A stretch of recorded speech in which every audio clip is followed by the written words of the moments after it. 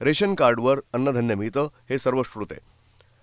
सरकार दरबारी दाखले किंवा कागदपत्रांसाठी रेशन कार्ड महत्त्वाचा पुरावा ग्राह्य धरला जातो.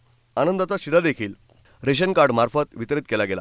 नगरमधील भाजपचे खासदार सुजय विखे यांनी कुटुंबातर्फे साखर डाळ देखील रेशन कार्डवरच वाटली होती. त्यानंतर आता रेशन कार्ड धारकांना सरकारकडून साडी वाटप होणार आहे. राज्य सरकारच्या वस्त्रोद्योग संचालनालयानं त्यांच्यात राज्यातील अंत्योदय रेशन कार्ड धारकांना साडी वाटपाचा निर्णय घेतलाय.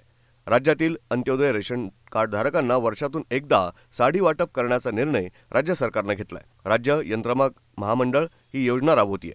या योजनेसाठी राज्य सरकार महामंडळाला साड्यांचं उत्पादन, जाहिरात, वाहतूक खर्च, साठवणूक, हमालीसाठी खर्च देणार आहे. तर 2023-24 या वर्षाकरता महामंडळाला एका साडीसाठी 355 रुपये दिले आहेत.